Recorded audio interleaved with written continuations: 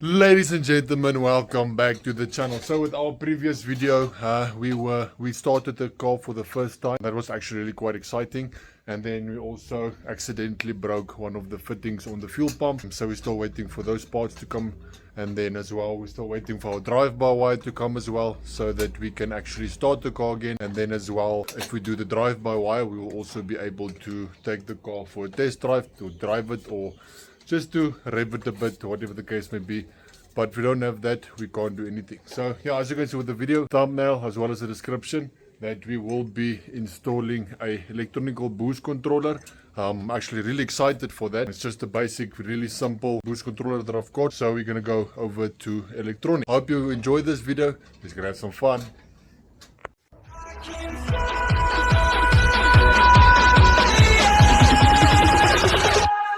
I can fly.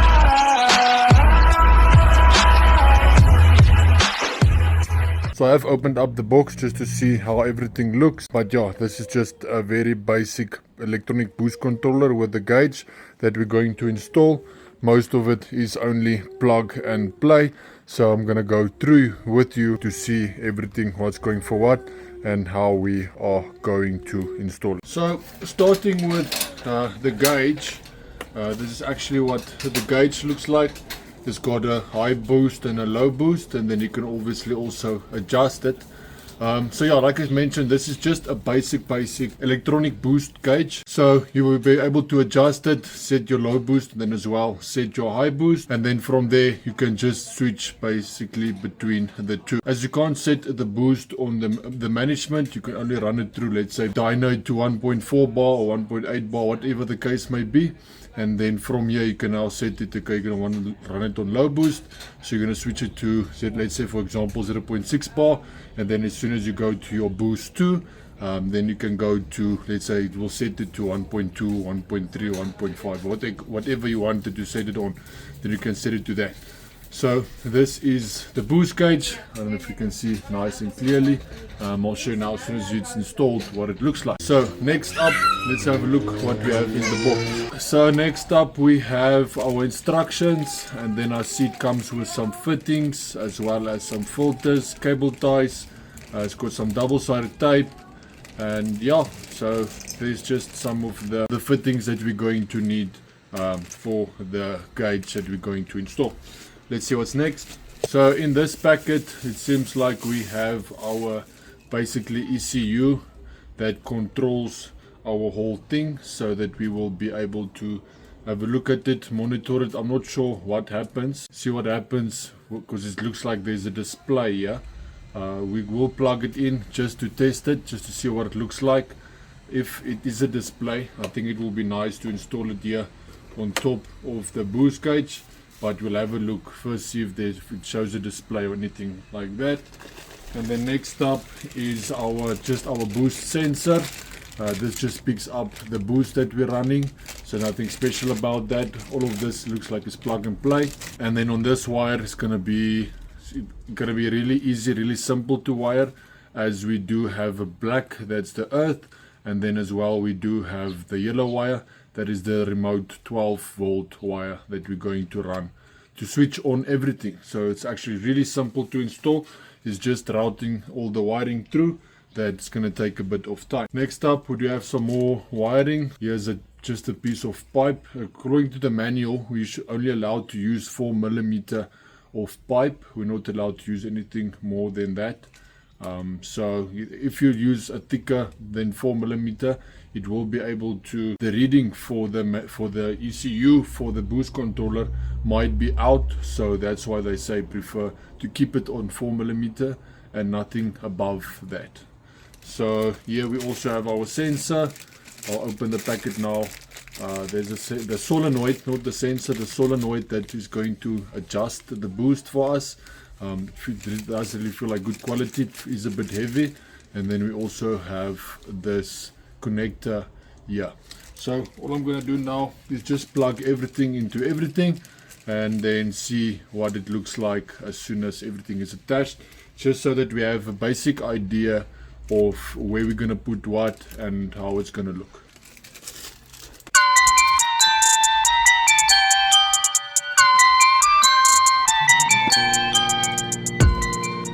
So now that I have everything tested, just to see what goes for what, it doesn't seem like there's any display that's coming on here. It doesn't indicate anything at all. So yeah, I'm just quite curious what it's for then, because it does seem like it's supposed to display something or it's supposed to see something. But yeah, so I'm gonna hide this for now, just to see if it's not working, then we know there should be something wrong with this. But yeah, so I'm gonna remove this gauge first of ours. Unfortunately, I've noticed that I can't just unplug this wiring right here and plug this one in, as it's taking different wires and it's got a different plug. So I thought if this would just be a plug and play, just to swap it, that would be really great. But unfortunately it's not that's not going to work like that. So I'll have to remove this whole unit as we're going to replace it. So let me go ahead and remove this one first.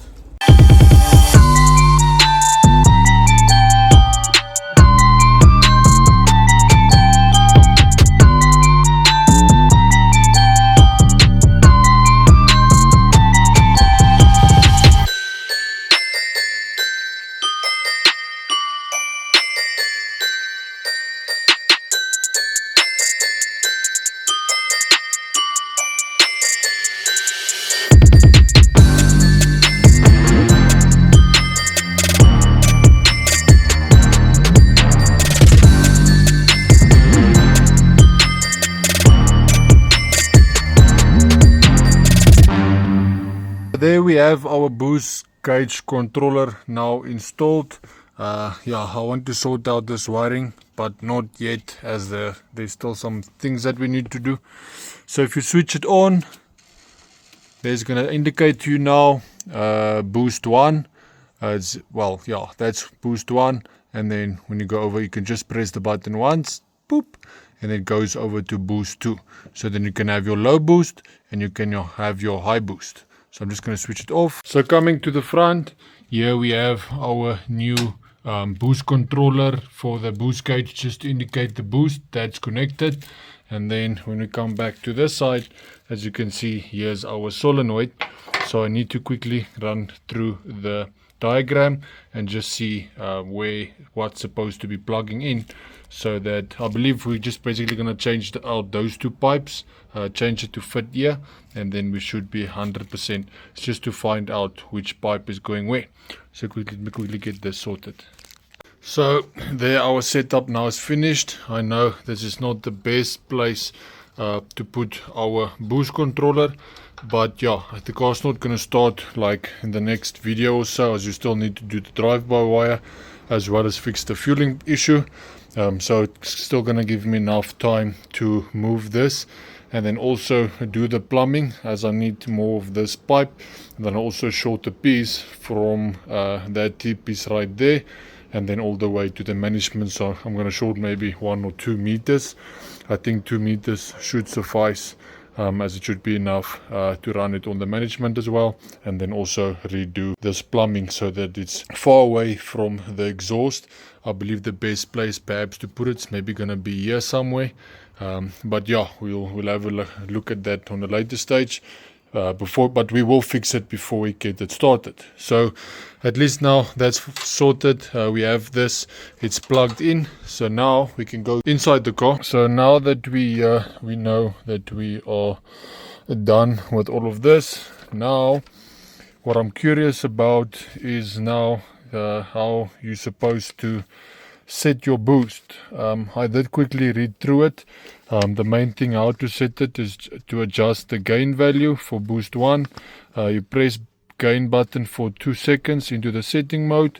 So you're going to press it, hold it for 2 seconds, and then it's going into setting mode, and then this is going to display flashing, shows the pressure gain value, and then press the right button to increase value, press the left button to decrease the value.